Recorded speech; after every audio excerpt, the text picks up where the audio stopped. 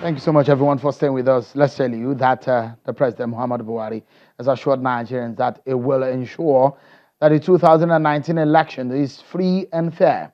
The President said he understands the yearnings of Nigerians and strongly believes in the collective dream for a greater country, assuring that all will be done to ensure that results of 2019 elections will reflect the will of the people. He went further to say that Nigerians reserve the right to elect leaders at various levels in 2019, and all effort will be made to safeguard the integrity of the process.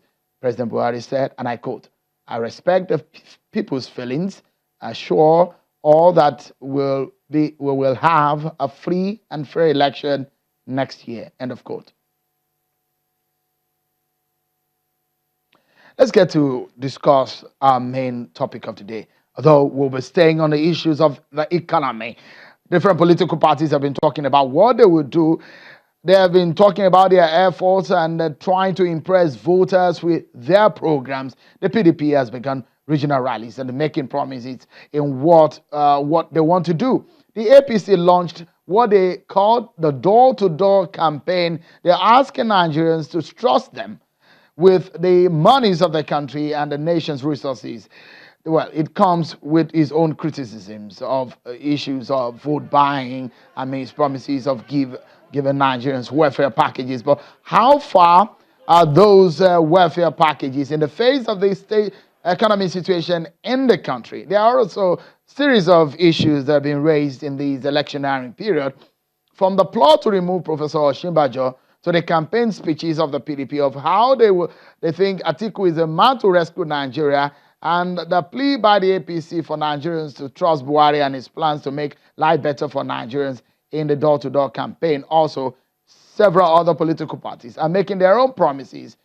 So let's tonight dissect where we're coming from, what the APC government promised Nigerians, especially at this critical stage of our economy. Joining me tonight to discuss some of the issues that have been raised over the issues around the office of the Vice President, the economy, and the rest is the Vice President's spokesperson, Mr. Laolu Akande, who joins us from our Abuja studio. Thank you so much, Mr. Akande, for joining us on the program tonight.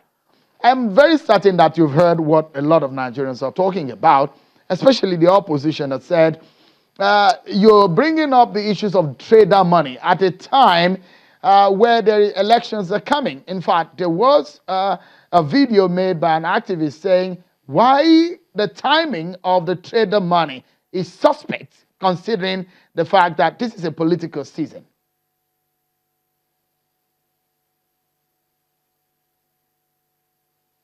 Well, thank you, Sheil. As you well know, the social investment program of the Buhari administration actually kicked off effectively sometimes in 2016. And this was essentially one of the main planks of the campaign. The president promised during the campaign to implement a robust social investment program. So in 2016, we started to implement these schemes. We started with the Empower, which today has engaged half a million otherwise unemployed graduates from the universities, from the colleges of education, and from the polytechnics. We also have the homegrown school feeding, where today we are feeding more than 9.2 million primary school pupils in 26 states. We have the conditional cash transfer, where we're giving 5,000 naira monthly to Nigerians that are considered to be the most vulnerable and the poorest. And also, finally, we have the microcredit scheme that includes the market money that we give to traders, to artisans, and of course, we have the trader money, which is for the petty traders, traders who are at the very bottom of the ladder, so that they can also get some help. Now, this is the whole gamut of the social investment schemes of the Buhari administration. And we have been implementing this program And we don't think that it is necessary to suspend the implementation of this program. And in any case, it is important to also ask those who are benefiting from all of these programs, including the trader money, whether they would support an idea to suspend the program. The important thing is that this was promised during the campaign, and now that we are in government, even at the time when we are earning less, this government is doing more. We were in this country between 2010 and 2014 when we earned the highest from oil, about $382 billion. There was something to show for it. Now we are earning about 50 to 60% less, but we are able to spend money on infrastructure. We are able about 2.7 million in the last two budgets, 2016 and 2017. We are able to start a robust social investment program and several other interventions that clearly shows that this government is very keen on the welfare of the common man. And that is the reason behind trader money. And there's no point to suspend it because it's election season. Mr. Akande, how would this administration defend some of the figures that are coming forward? For example, recently, Nigeria has been tagged the poverty capital of the world, with about 86.9 million Nigerians living in extreme poverty. You're giving all of these handouts to Nigerians, but from the figures, it doesn't look like it's translating into wealth into the pockets and the stomach of Nigerians. I'm sure, Sheil, that you will agree with me that besides the fact that these figures themselves is a representation of what had been happening in the past. This figure don't necessarily reflect what is happening now. Because if you look at what is happening now, we are doing everything that we can do. Like I said, at a time when we are earning less, we have started a very ambitious, a very robust social investment program. And this is what was done in other places that had to deal with poverty, places like China, places like India. The question really is, now, all this level of poverty that we talk about today did not just start yesterday. It didn't start today. Don't forget that it is on record that even before we came into power, members of the past administration, they have warned over and over again that a recession was coming, that there was a crisis coming, because the country was making so much money, but there were no savings. There were no savings. At the time when we were making, like I said, oil was selling for over $100. At that time, interestingly, our foreign reserve was going down. At that time, there were no investment in infrastructure. Mr. Akande, let me pause you for a moment. Now, just a moment. Just pause for a moment, please. Because we need to take this break. But when we come back, we'll be talking to him. We'll also get some expert views on some of what Mr. Akande is saying and what the APC is doing and the economic sense in all of that. That's going to be in a moment, everyone. Join us again.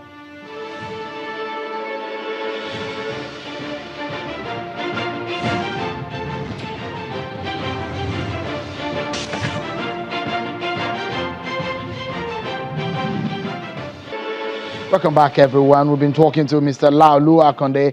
He's a spokesperson to the Vice President, Professor Osinbajo. In that office, domiciles the mainstream of the control of Nigeria's economy. There's been a lot of issues around the economy, what the president and his team are presently doing, the welfare packages being rolled out, and the criticism on those activities, and we're spotlighting some of those issues, from the issues of the trader money to the issues of the handouts to indigent Nigerians. What are the benefits of all of that? Plus the promise that the APC made to Nigerians, how are they able to keep to those promises? Let's get Mr. Akande, who is in our Abuja studio, back now. Thank you so much. From the report that talks about Nigeria being the poverty capital of the nation, he did say that just about 50% of Nigerians are extremely poor. And you again, the APC promised 3 million jobs yearly. The latest figures, or some of the figures coming from the Nigerian Bureau of Statistics, said only this year, Nigerians have lost about 4 million jobs, 7.9 million jobs since 2016. these figures they don't add up, considering the activities of what the government says it is doing. Well, I mean, most of the situation about the unemployment and the job market is more about the people that are coming into the job market. It's essentially about the increase in the numbers of people coming into the job market. Look, what the facts point to is that we have employed 500,000 otherwise unemployed university graduates, College of Education graduates, Polytechnic graduates. That is what the facts speak about. What the facts speak about is that we are spent at a time when we are earning 60% less than what we earned between 2010 and 2015. At the time, we are earning 6% less than what we earned then. We have spent over 250 billion naira on social investment scheme. We have spent about 100 billion has been released to pay for pensioners who for donkey years have been left unattended to. We have spent 2.7 trillion between 2016 and 2017 on infrastructure at a time when we are earning considerably less. These are the issues. The issues are that we have a situation where the country was held down by the throat by a government that was essentially socially and economically raping the country. But the fact, again, Mr. Akande, sorry if I'm a button, sorry if I'm a button quickly. We hear, but what about what we're spending? The consequence of what you're spending is what we're talking about. Has it practically transmitted to a better life for Nigerians? You spent all of this money, but the figures and the reports are saying otherwise. The point, Sheon, is that, and this cannot be denied, the point is that we are clearly in the right direction. We are taking this country to a time of prosperity. The figures show that there is growth. We came out very quickly out of recession because of the solid policies of this administration.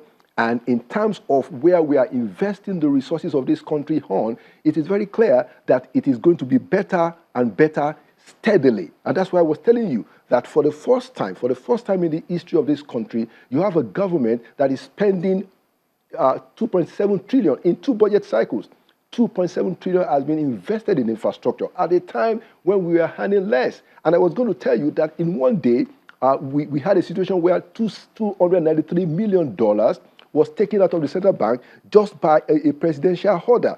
And for 2 weeks, there was no money. There was no foreign exchange in the country. That is what explained the situation of the poverty that we have today. That is what explained why we went into recession. Now, the Buhari administration brought us quickly out of recession and set us on a path of growth. We are on a path of growth, even looking at the figures. And we are doing what has been done in other countries like China and India to try to deal with the poverty situation. Let me pause you again for a moment. And let's get